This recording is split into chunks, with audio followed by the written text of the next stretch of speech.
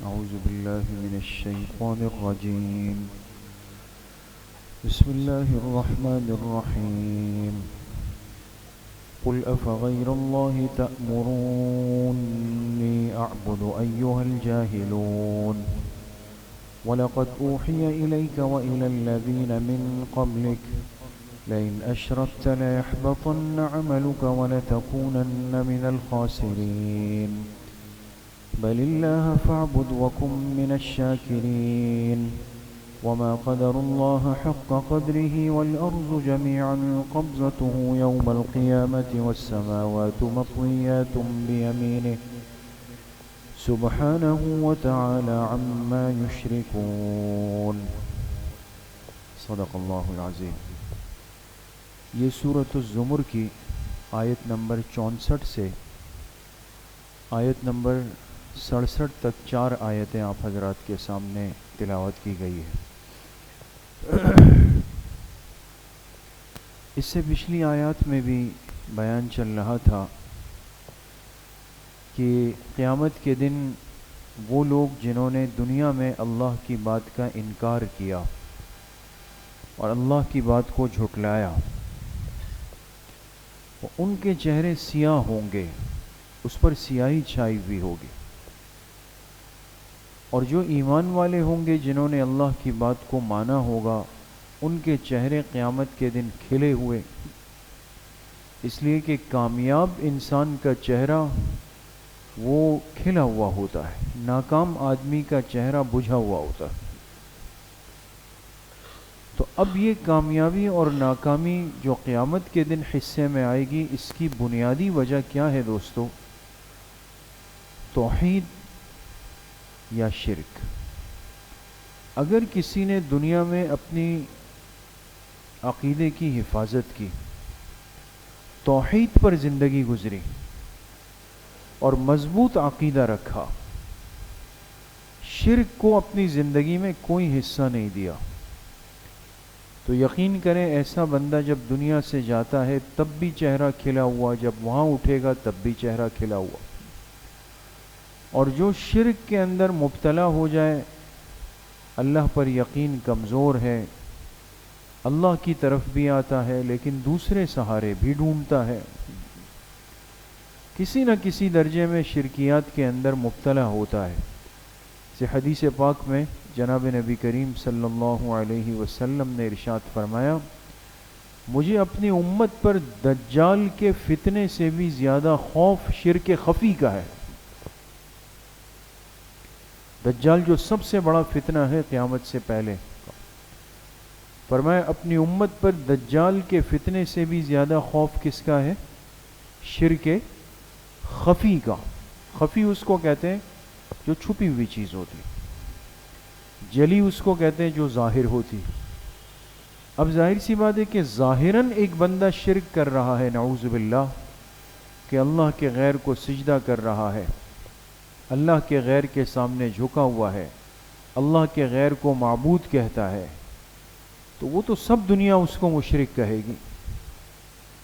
لیکن ایک ہوتا ہے شرک خفی، اس دل کے اندر اللہ کی ذات پر یقین کمزور ہو جائے، دل کے اندر کمزور ہو جائے.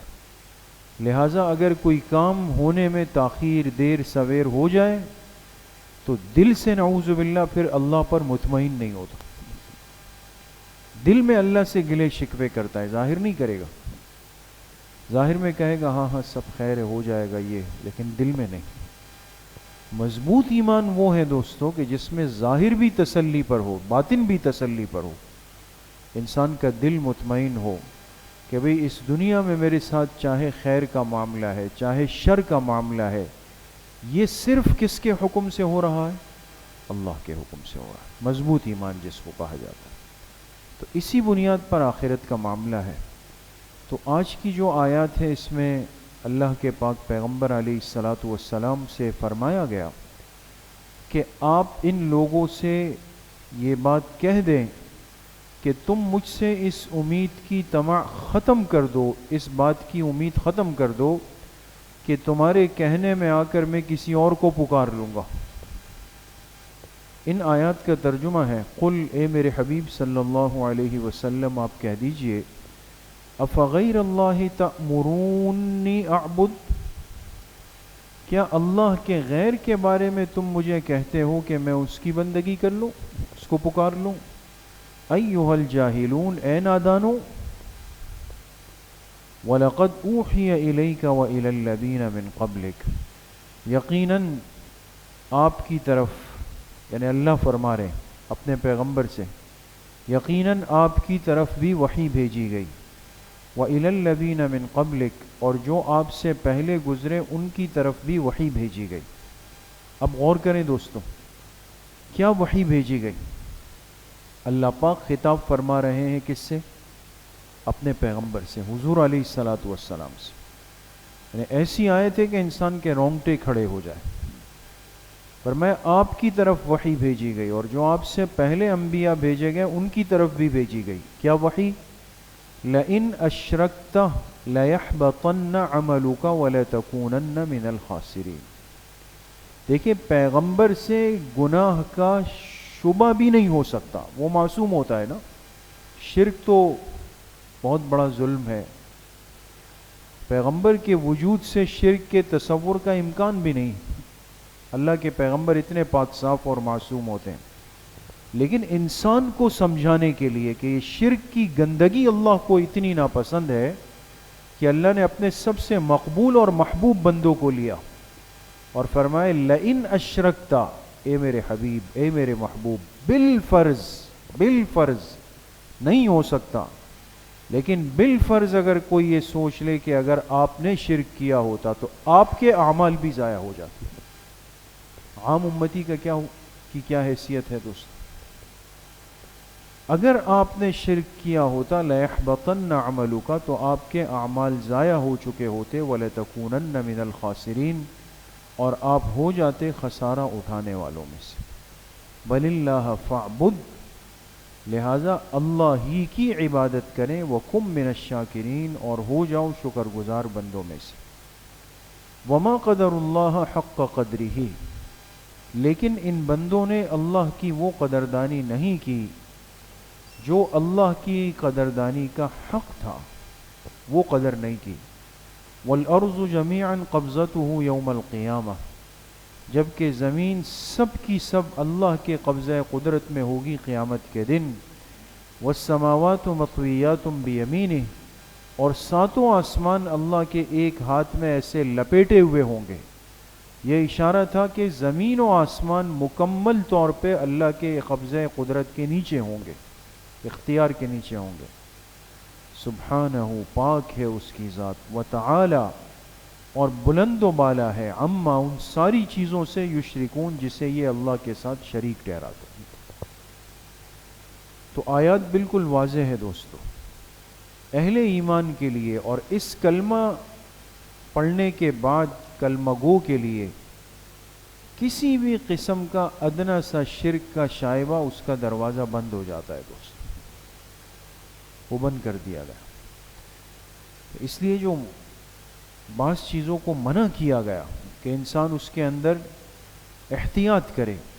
اب دیکھیں نا، عامۃ الناس ہیں، عام لوگ ہیں، اب عام لوگوں کو علماء نے لکھا کہ ترغیب نہ دی جائے، ان کو یہ راستے نہ دکھائے جائے کہ بھئی آپ یہ کر لیں، یہ کر لیں، یہ کر لیں۔ اب جائز وسیلہ وہ جائز ہے، لیکن اب وسیلے کا طریقہ کیا ہے کہ انسان خدا نخواستہ گڑبڑ نہ کر لے، دائیں بائیں نہ ہو جائے، اس کو سمجھنا ضروری ہے۔ اور ہمارے ہاں چونکہ دین کا صحیح علم بہت محدود ہوتا چلا جا رہا ہے، کمزور ہو چکا ہے، تو بندہ مسئلے کو سمجھ ہی نہیں پاتا۔ تو وسیلے کے مسئلے کو سمجھے بغیر اگر وسیلہ کرے گا، خدا نخواستہ ایسا نہ ہو کہ اللہ کی ذات سے نگاہ ہٹ جائے، اللہ کے غیر کی طرف آ جائے۔ اس سے ترغیب نہیں دی گئی کہ انسان اسی راستے پر چلے۔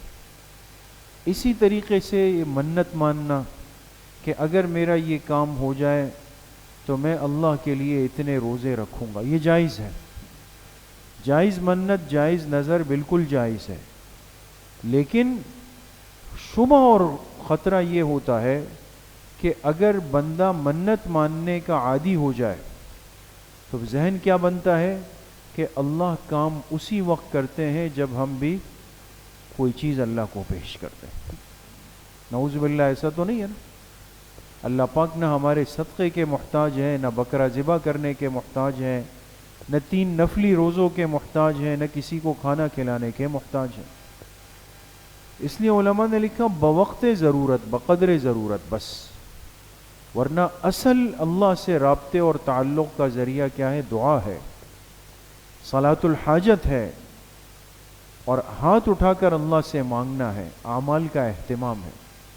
وہ ساری چیزیں جس کو نہ سمجھنے کی وجہ سے خطرہ ہے کہ بندہ غلط مسئلے پر عمل کر لے اور اس کا ایمان کمزور ہو جائے، اس لیے اس کو پسند نہیں کیا گیا دوست. اور وجہ اس کی کیا ہے کہ انسان کا عقیدہ محفوظ رہے، مضبوط رہے. اس لیے میرے عزیزو، دوستو، بزرگوں، عقیدے کے بارے میں کوئی کمزوری، کوئی لچک نہیں، کوئی گنجائش اس کے اندر نہیں ہے کہ اللہ کے غیر کی طرف بھی بندہ متوجہ ہو جائے کہ بھئی یہاں سے بھی میرے کام بن سکتے ہیں. تو چاہے انسان کے لیے بڑی چیز کا تقاضا ہو، چھوٹی چیز کا ہو، مشکل حالات ہو، مشکل ترین حالات ہو، اور ایسا لگے کہ اب یہاں سے تو نکلنے کا کوئی حل ہے ہی نہیں، ہر قسم کے حالات میں یقین کس ذات پر ہو؟ اللہ کی ذات پر. بات سمجھ گئے دوست؟ ایک بات. دوسری اہم بات جو آج کے درس میں آیت نمبر 67 ہے، 67، ایک اہم بات عرض کرنے لگا ہوں دوستو.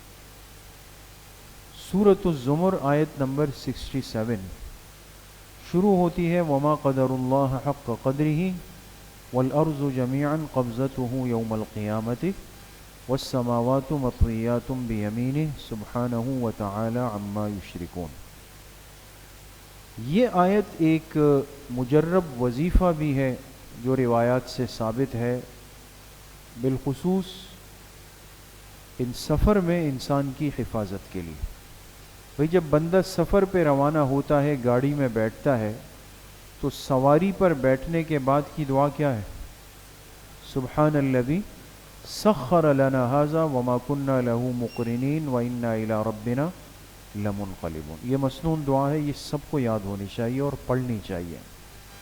اور لمبا سفر ہے تو انسان کے دل میں ایک وسوسہ ہوتا ہے، شک ہوتا ہے، حادثات ہوتے ہیں، معاملات ہوتے ہیں. تو ایک مسلمان کو یہ حقیقی حفاظت کے اسباب دیے گئے احادیث سے، ہے نا. حقیقی اسباب یہ ہے کہ بھئی آپ نے سفر کی دعا پڑھ لی، آپ آیت الکرسی پڑھ لیں، آپ دعائے انس پڑھ لیں، اور اس کے ساتھ ساتھ ایک روایت میں ہے کہ جس نے سورۃ الزمر آیت نمبر 67 پڑھ لی، یہ جو وما قدر اللہ، تو اللہ پاک اس سفر کو ہر قسم کے حادثے سے، آفت سے، آزمائش سے، تکلیف سے محفوظ کر لیتے. یہ بہت مجرب آیت ہے، تو اس لیے یہ آیت بھی ہم یاد کریں، یا یاد نہ ہو کم از کم تو جب نکلنے لگے تو قرآن پاک گھر میں ہوتا ہے، اس کو ایک دفعہ اس آیت کو پڑھ لیا جائے. بات سمجھ گئے دوستو؟ اور ایک دوسری بات، یہ بھی بڑی اہم بات. بعض دفعہ کیا ہوتا ہے کہ انسان کے پاس وقت کم ہے اور راستہ لمبا ہے، ہوتا ہے نا. اب مثال کے طور پہ آپ کے پاس 10 منٹ ہے اور آپ کے ساتھی وہاں کھڑے ہوئے ہیں ٹاور پہ. ٹاور دیکھا ہے؟ ٹاور پہ کھڑے ہوئے، بھئی 10 منٹ میں پہنچے، ڈاکیومنٹس ہیں، پہنچا دے، آفس بند ہو رہا ہے. کراچی کا بے ہنگم ٹریفک ہے، مسائل ہیں. ظاہری طور پہ دیکھا جائے تو کتنا مشکل ہے نا. کوشش انسان کرتا ہے.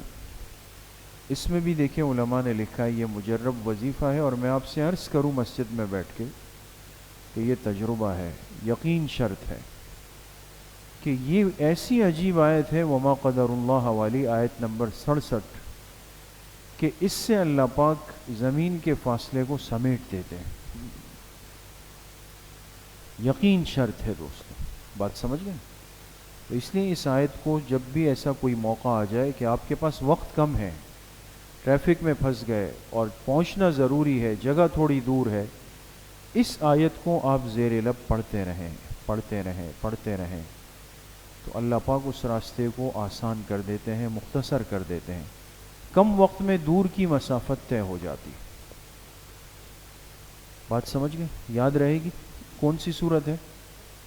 سورۃ الزمر، آیت نمبر 67 ہے، ٹھیک ہے، اس کو یاد رکھیں۔ اور ایک آیت اس کے ساتھ اور بھی پڑھی جائے تو بہت اچھا ہے، لیکن وہ پھر کسی درس میں عرض کروں گا، سب چیزیں ایک ساتھ نہیں، پھر قدر کم ہو جاتی ہے نا۔ تو پھر آئندہ ہفتے اگر آپ میں سے کسی نے پوچھا جمعے کے دن کہ امام صاحب وہ آیت کون سی ہے، تو پھر میں بتاؤں گا، اور اگر جمعے کے دن آپ حضرات کو بھی یاد نہیں رہا تو پھر رمضان کے بعد بات کریں گے اس میں۔ یاد رہے گا دوست؟ اللہ پاک صحیح عمل کی توفیق نصیب۔ الحمدللہ رب العالمین، والصلاة والسلام علی